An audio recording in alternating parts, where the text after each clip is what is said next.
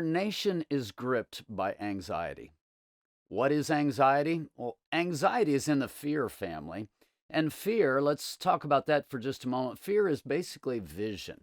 I'm looking forward, and vision that is hopeful, vision that is positive, especially in the spiritual world, we call that faith. We call it faith, we call it hope. And so vision is not a bad thing from that standpoint. It's just something that naturally happens, and frequently it motivates us in a good way. But when I'm visualizing bad stuff, when I'm looking forward and seeing catastrophe, which we're looking at things right now with the coronavirus, trying to figure out what kind of catastrophic thing might happen. What will it do to our country? What will it do to my relatives, my loved ones? When we start visualizing catastrophic stuff, then that begins to grip us in a very negative way. Now, take fear and turn it inward. That's your best description of anxiety. When that fear turns inward, a lot of times we don't turn it inward. Sometimes we're looking at stuff and we really are doing the vision thing. But stop that thing and turn it inwards, and now it just sits there and it churns and it just goes over and over. And a lot of times it's not even moving, it's just kind of sitting there. When we're talking about fear, there's something called fight and flight. A lot of times when people are afraid, they say, all right, I'm going to fight you, or other times they flee. Another reaction is that of the deer in the headlights, where all of a sudden you've got this deer and it's just frozen for a moment, and that fear comes in and it's frozen and it can't move. That's probably the best descriptor of anxiety. I've got this fear thing, I'm frozen, it's turned inward, I'm churning on these feelings, I don't even know what to do. Now, if I could make a comparison, I'm a bit of a perfectionist. I hate to be wrong. I love to have answers. I like to think through things in great detail and be able to understand. Because of this perfectionism, much of the time it's really hard for me to make a decision because I'm continually waiting and looking from another direction and thinking it through, trying to come up with a better answer, a better decision. Do you hear the way I'm talking about this? At some point, I become paralyzed and it becomes a kind of an anxiety there over, I can't make the wrong decision, so I've got to stop and I just can't move. Now, back to fear again for a moment. The simple step that I give people to overcome fear is take the next step. In Psalm 119, verse 105, it says that the word is a lamp unto my feet and a light unto my path. I love this visual imagery because it's the old time lamps on a path that's dark. Guess how far you can see? And the answer is not very far. So how do I see to take the next step? Well, if I take one step, I can see the next step, and that's all I can see. Again, what happens with fear? Fear, just like I described with me, where I get paralyzed because I want all of the information. Fear is looking out there and it doesn't want to take the next step until it sees the entire picture. Do you see how that relates to where we are as a nation? We really don't have the information. We're working with all kinds of different models that show different stuff. We don't know what to do. We don't know how to do. And so what do? We hit that point of being paralyzed and not knowing what to do.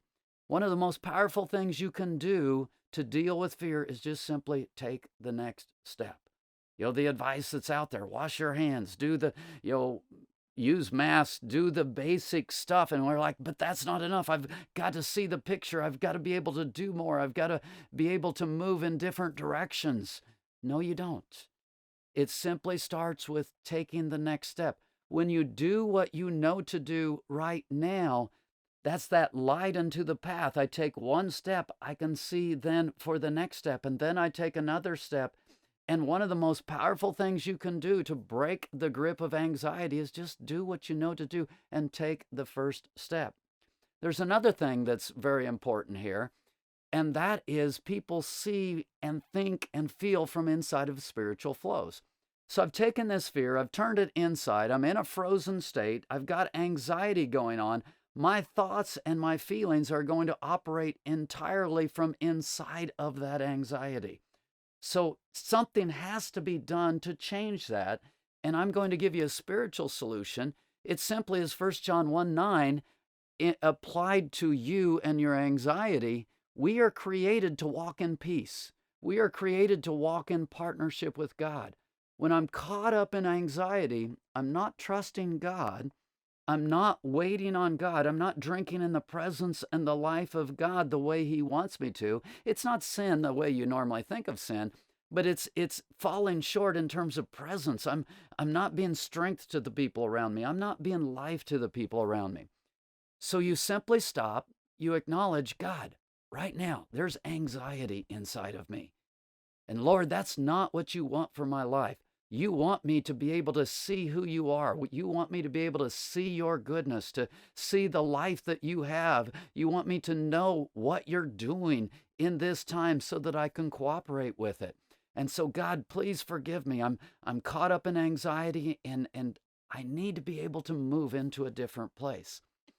Once you've prayed that prayer, you've done what? You've seen your condition, you've owned your condition, you've confessed it to God. The next step is just stop and wait. Wait for that download from God. Wait for that thing. And most of the time when you pray that prayer, you're going to feel a lifting that comes off from you. And as you feel that lifting, that's where you stop and you begin to look to God and say, God, thank you. You're here. You're strengthening me. You're giving me presence. You're giving me life. Now you have the power to respond differently. You're seeing from inside of what God has poured into you versus seeing from the inside of your anxiety. It's a simple step.